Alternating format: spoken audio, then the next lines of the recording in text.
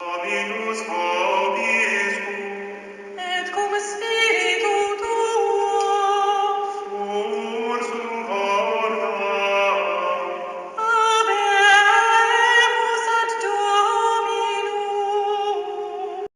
Bonjour à tous, comme on l'a vu dans la première vidéo, le dogme chrétien a été falsifié du monothéisme originel où Jésus est le prophète Messie d'Israël à un dogme d'incarnation avec la Trinité.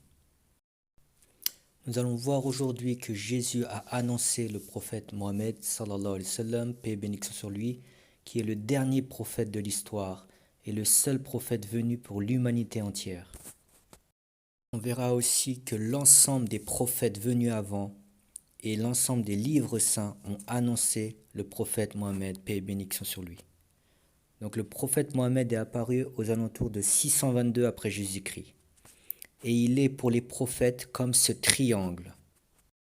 La base du triangle à gauche est l'ensemble des 313 prophètes venus avant lui et qui sont venus pour un peuple donné, comme Moïse, Abraham, Jésus, Krishna ou les prophètes de Chine ou d'autres lieux.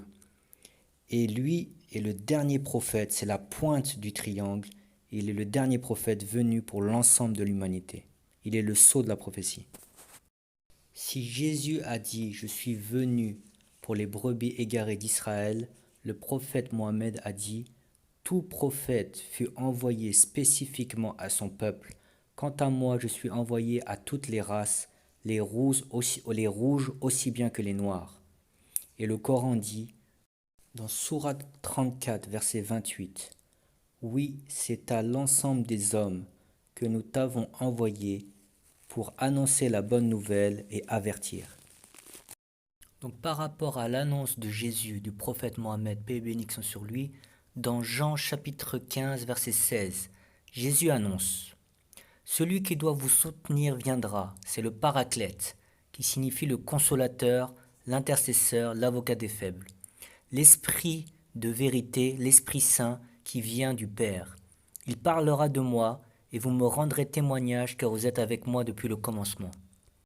Maintenant, je m'en vais vers celui qui m'a envoyé et aucun de me demander où vas-tu.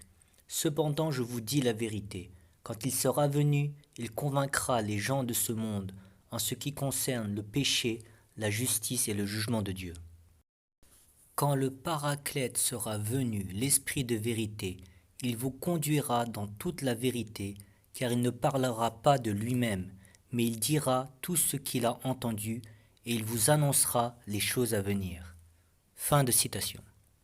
Si on analyse le terme Paraclète, ça vient du terme paraklétos, qui signifie défenseur, ou celui qui intercède au jour du jugement dernier, comme une sorte d'avocat. Et le prophète Mohammed a justement la qualité d'intercesseur le jour du jugement, d'où un de ses noms qui était Shafi'i. Il dit « Mon intercession est pour les grands pécheurs de ma communauté ». Et ainsi la littérature islamique sur cette qualité de prophète possède des milliers d'ouvrages.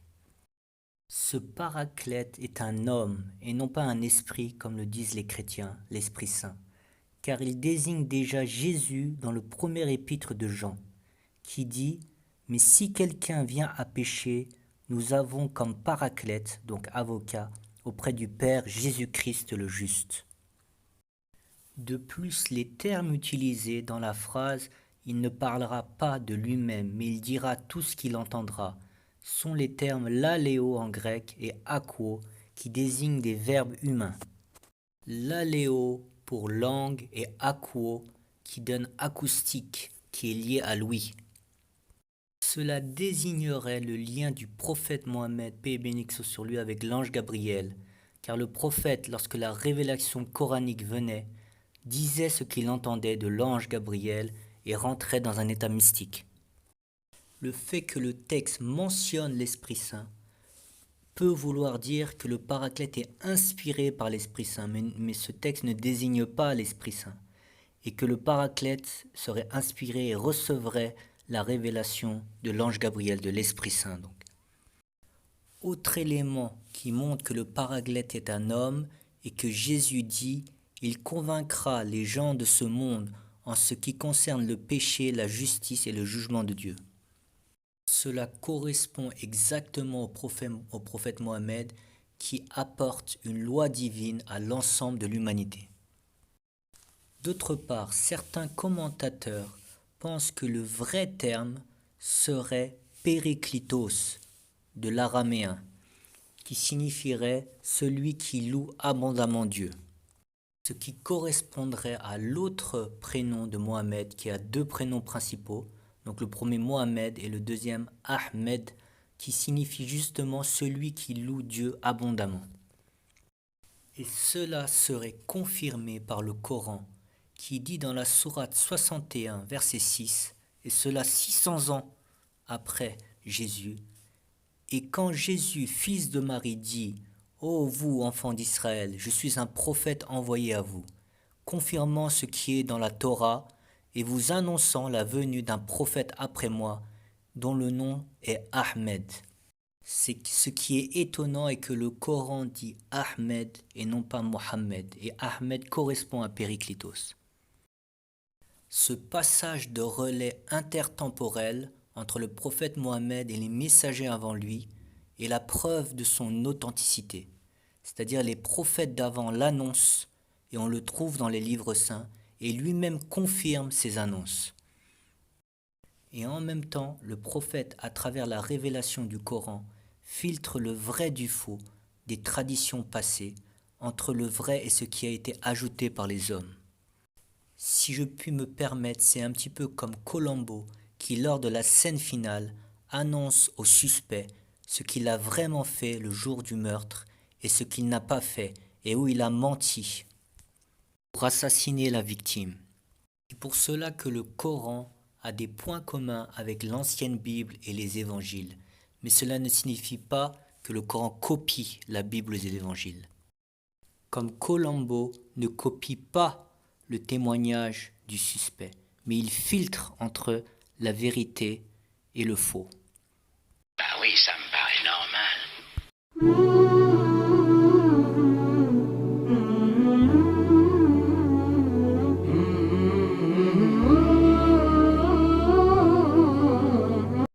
Le prophète Mohammed est apparu vers l'an 612 après Jésus-Christ, dans une société tribale et injuste, où régnait une concurrence féroce entre les chefs commerçants et entre les tribus qui se manifestaient par des guerres internes et interminables. Cette société adorait toute une sorte d'idoles et pratiquait l'esclavage et l'enterrement des petites filles. Le prophète, paix et bénédiction sur lui, n'adorait pas ces idoles et il était connu comme El-Amin, l'homme digne de confiance et connu de tous pour sa justesse et respecté de tous. Il adorait le Dieu unique et se retirait très souvent dans des grottes pour méditer. Il était donc, on appelle cela Hanif, ça veut dire monothéiste, mais sans suivre la loi d'un prophète, car les Arabes n'avaient pas eu de guidance jusque-là. En effet, le peuple juif et arabe sont cousins venant de Abraham. La lignée du fils Isaac donna toute la lignée des grands prophètes d'Israël. Et la lignée de Ismaël ne donna aucun prophète, sauf le prophète Mohammed, le dernier des prophètes. Les Juifs, selon la légende, narguaient souvent les Arabes de ne pas avoir eu de tradition prophétique. Et les Juifs attendaient le dernier prophète, mais ils ne l'acceptèrent pas quand il sortit de la lignée de leurs cousins arabes. Ils s'attendaient à ce qu'il sorte de la lignée pour eux pure, donc la lignée de Isaac. Donc Mohammed eut la révélation un jour d'une retraite où il entendit l'ange Gabriel lui dire « Lis ». Il répondit « Je ne sais pas lire », car le prophète était analphabète. Puis l'ange Gabriel répéta et le serra fort contre lui, et il lui récita les premiers versets du Coran, recensés dans le Coran sous le nom de la sourate El-Alaq, l'adhérence, sourate numéro 96. Le prophète tremblant rentra chez lui et fut réconforté par sa femme Khadija, et le premier groupe de croyants se formèrent autour de lui. Quelle différence entre le Coran et les hadiths? Lorsque le prophète, paix et bénédiction sur lui, recevait la révélation de l'ange Gabriel, il rentrait dans un état second, de par la force du lien avec l'ange, et disait ce qu'il entendait de l'ange. Comme l'a dit Jésus sur le Paraclète, il dira ce qu'il entend. Alors ses compagnons écrivaient sur des peaux d'animaux la révélation, puis l'apprenaient par cœur. Donc le Coran est la parole de Dieu qui passe par le prophète, paix et bénédiction sur lui. Donc parfois le prophète va dire par exemple « Je suis Allah » par le fait que Dieu se manifeste à lui et dicte ses commandements. Les hadiths sont les paroles de sagesse et l'explication du Coran par le prophète, paix et bénédiction sur lui. Le prophète est alors dans un état sobre et il développe sa sunna, c'est-à-dire l'ensemble de ses actes, son modèle et ses explications. Les hadiths furent longtemps pas écrits pour ne pas qu'il y ait de confusion entre le Coran et les hadiths, mais certains hadiths furent écrits du vivant de prophète vers la fin de sa vie. Et après la mort du prophète, le système de transmission mis en place par ses compagnons et par les suivants fut le système le plus extraordinaire de l'histoire des religions. En effet, la première question que l'on doit se poser sur un saint prophète ou un sage comme Jésus, Krishna ou Bouddha est: est-ce que l'on a aujourd'hui vraiment ce qu'il a dit ou seulement une image altérée?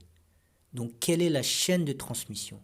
Par exemple, pour Jésus, on a vu qu'il n'y avait pas de chaîne de transmission et que la guerre unitariste-trinitariste a donné plein d'altérations de copistes dont on ne connaît même pas l'identité. Chez les hindous, c'était encore pire, c'était l'état d'esprit Bollywood, car la transmission est tombée dans les mains des poètes. Chaque troupe pouvait se concurrencer au pied des temples et raconter les contes dont les héros étaient les prophètes, comme Rama ou Krishna. Donc cela donne des histoires fantasmagoriques où tout est Dieu. Les prophètes sont Dieu, les djinns sont Dieu, les femmes des prophètes, etc. C'est comme un dessin animé. Si le christianisme a une teneur religieuse, un petit peu pierreuse et rigoureuse, l'hindouisme a une teinte genre Bollywood, plein de fantaisie, où les prophètes sont décrits comme dans des dessins animés. On le voit un peu par les descriptions de Krishna. Un exemple est la vie du saint bengali apparu il y a à peu près 500 à 600 ans, Chaitanya Mahaprabhu, qui est adulé par les dévots de Krishna. Son hagiographie, sa biographie, a été faite par Krishna Das, et voilà les conditions.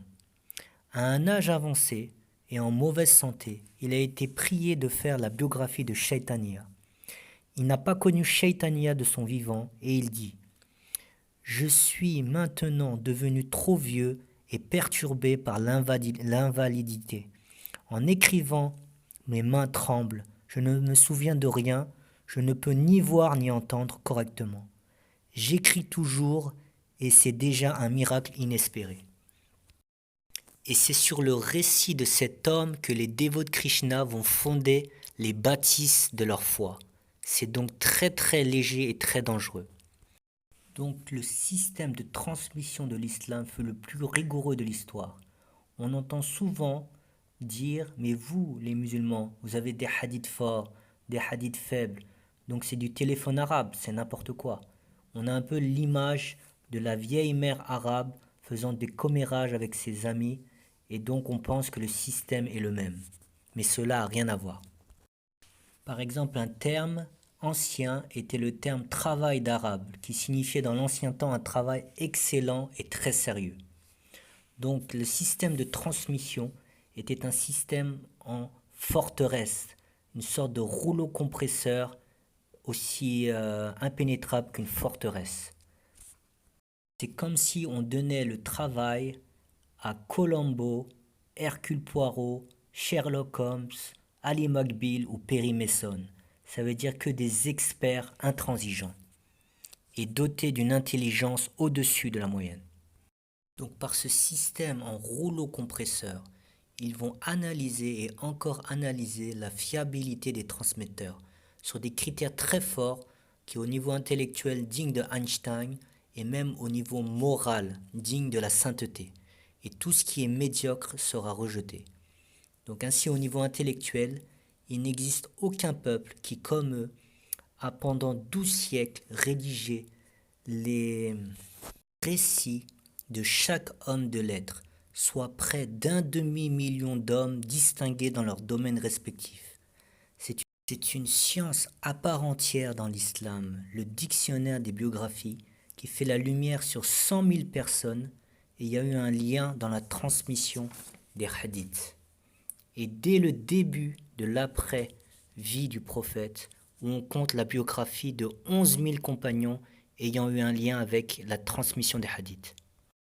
11 000, c'est énorme, alors que le christianisme ne sait même pas qui est véritablement Jean, le disciple bien-aimé, ou Jacques. Est-ce que c'est Jacques le juste, ou Jacques le mineur ou le majeur? Pourtant, ce sont des apôtres parmi les 12. Et les musulmans connaissent avec précision sur 11 000 compagnons qui ont un lien dans la transmission des hadiths. Et ainsi, de génération en génération, cette science a donné naissance à la science de la biographie de plus de 1 demi-million d'hommes et de femmes de science. Donc au niveau de l'intelligence, les premiers érudits musulmans étaient tellement forts qu'ils n'aimaient pas écrire puis apprendre par cœur, car c'était pour eux un signe d'une faiblesse de mémoire. Une anecdote significative où le savant Mu'az ibn Mu'az rendit visite au savant Massoudi. Ce sont des savants de l'an 154, donc à peu près 770 après Jésus. Massoudi consultait ses notes en parlant des hadiths du prophète. Et sur ce, Mu'az ibn Mu'az en conclut de sa faiblesse et n'eut plus confiance en lui et le décrit aux autres transmetteurs comme un transmetteur non digne de confiance. Donc on voit le niveau et donc que beaucoup de hadiths faibles du prophète, paix et bénédiction sur lui, sont en réalité forts, car c'est sur des critères extrêmement sévères.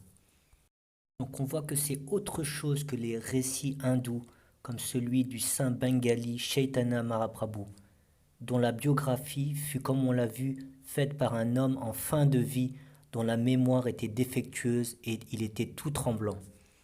Donc les hindous ou les chrétiens ne vont pas vous parler de chaînes ou de hadiths forts et faibles. Donc vous allez avoir confiance. Pourtant, la transmission est faite par exemple par un homme tout tremblant en fin de vie. Et les musulmans parlent de hadiths forts et faibles. Et qu'est-ce qu'on apprend? Que les hadiths faibles sont sur des critères d'une force extraordinaire et d'un critère d'un très très haut niveau. Donc dans l'islam, il n'est pas possible qu'un copiste, comme dans la chrétienté, falsifie les manuscrits en douce, comme un petit écolier en train de tricher. Et c'est pas fini. Au niveau piété et au niveau moral, certains transmetteurs vont être affaiblis. Pourquoi? Parce que l'un va être décrit en train de trop manger, ou l'autre va être décrit en train de trop parler. Donc on va dire un tel parle trop, un tel mange trop. Donc il peut ne pas être de confiance et il y a un risque. Donc on voit que le degré même au niveau de la piété est du niveau de saint de Dieu. Donc ce système en rouleau compresseur a été le système le plus rigoureux de l'histoire des religions.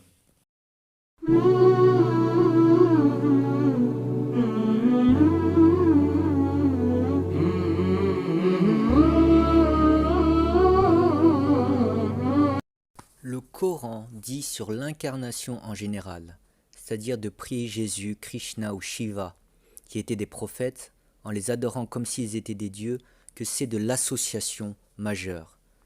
Donc par exemple dans la sourate 3, verset 79, Dieu dit « Il ne conviendrait pas à un être humain à qui Dieu a donné le livre, la compréhension de la prophétie, de dire ensuite aux gens « Soyez mes adorateurs en dehors de Dieu ». Mais au contraire, il devra dire « Devenez des savants, obéissant au Seigneur, puisque vous enseignez le livre et l'étudiez. » Et il ne va pas vous recommander de prendre pour Seigneur anges et prophètes.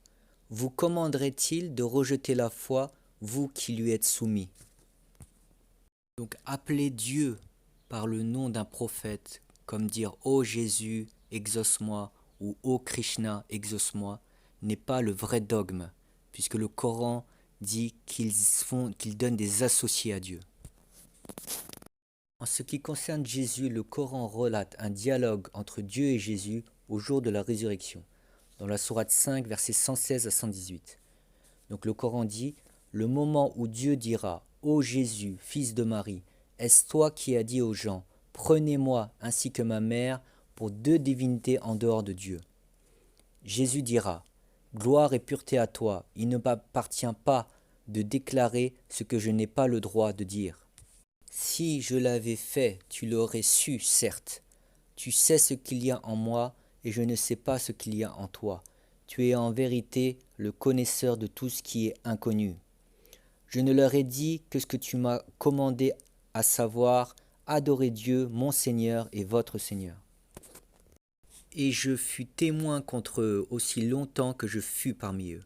Puis quand tu m'as rappelé, c'est toi qui fus leur observateur attentif, et tu es témoin de toutes choses. Si tu les châties, ils sont tes serviteurs, et si tu leur pardonnes, tu es certes le puissant inaccessible et le sage. وفي سفرية الخبر